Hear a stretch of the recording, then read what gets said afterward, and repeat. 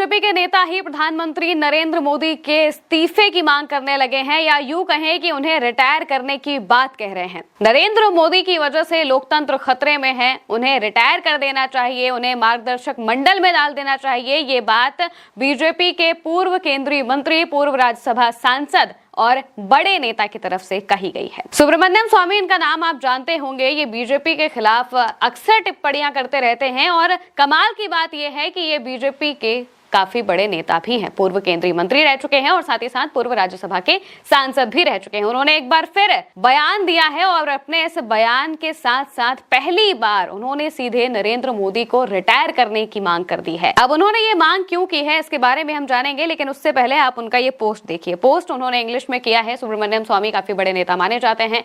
उन्होंने पोस्ट करते हुए काफी बड़ी बात कही। लिखा कि आरएसएस और बीजेपी की जनरल बॉडी को यह तय करना चाहिए कि क्या मोदी को रिटायर करके मार्गदर्शक मंडल में भेज दिया जाए।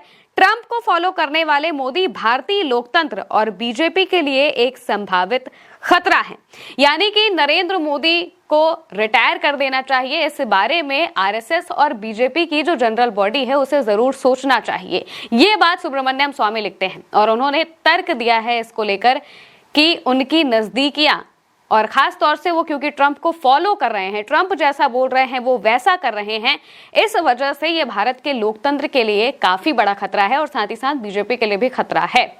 अब बीते कई दिनों से डोनाल्ड ट्रंप के कुछ बयान वायरल हो रहे हैं। बीते कई दिनों से नहीं, काफी वक्त से वायरल हो रहे हैं। जब से भारत पाकिस्तान के बीच में डोनाल्ड ट्रंप ने कथित सीज फायर कराया है। डोनाल्ड ट्रंप ये दावा करते हैं लेकिन भारत उनके इस दावे को नहीं मानता है। उन्होंने कथित सीज फायर कराया, ऐसी बात उन्होंने कही और एक बार नहीं 40 से 50 बार वो इस बात को कह चुके हैं कि मैंने सीज फायर कराया है। अब इस पर जो प्रधानमंत्री हैं वो कुछ नहीं कहते हैं। इसके बाद मात्र 2 दिन पहले ही डोनाल्ड ट्रंप एक और बयान देते हैं। बयान में वो ये कहते हैं कि नरेंद्र मोदी जानते थे कि मैं खुश नहीं हूं और इस वजह से वो मुझे खुश करने की कोशिश कर रहे हैं। उन्होंने रशिया से तेल लेना कम कर दिया है।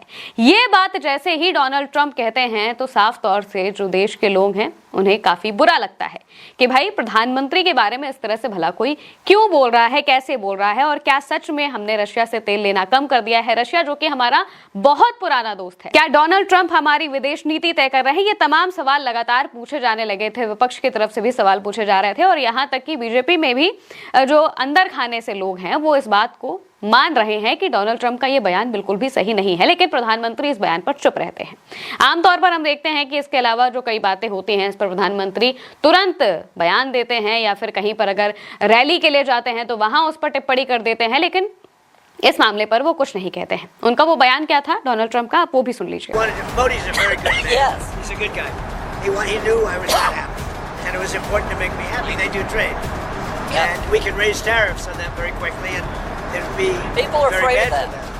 अब 2 दिन बाद डोनाल्ड ट्रंप ने एक बार फिर बयान दिया। इस बयान में तो सीधे नरेंद्र मोदी का नाम लेकर उन्होंने ये कह दिया कि प्रधानमंत्री नरेंद्र मोदी ने डोनाल्ड ट्रंप को सर कहा कि sir may I please meet you.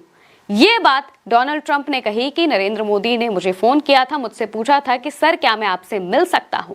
जब ये बयान डोनाल्ड ट्रंप देते हैं तो इसके बाद भी लगातार सवाल उठ रहे हैं कि आखिर जो बातें कही जाती है कि डोनाल्ड ट्रंप नरेंद्र मोदी के काफी अच्छे दोस्त हैं, या फिर अमेरिका और इंडिया साथ साथ चलने वाले लोग हैं, उनके आगे क्या इस तरह की बात सच में कही गई है? और अगर नहीं कही गई है तो उसको खारिज क्यों नहीं किया जा रहा है? ये भी सबसे बड़ा सवाल है। आप ट्रंप का वो बयान भी सुनिए। Prime minister Modi came to see me. Sir, may I see you, please?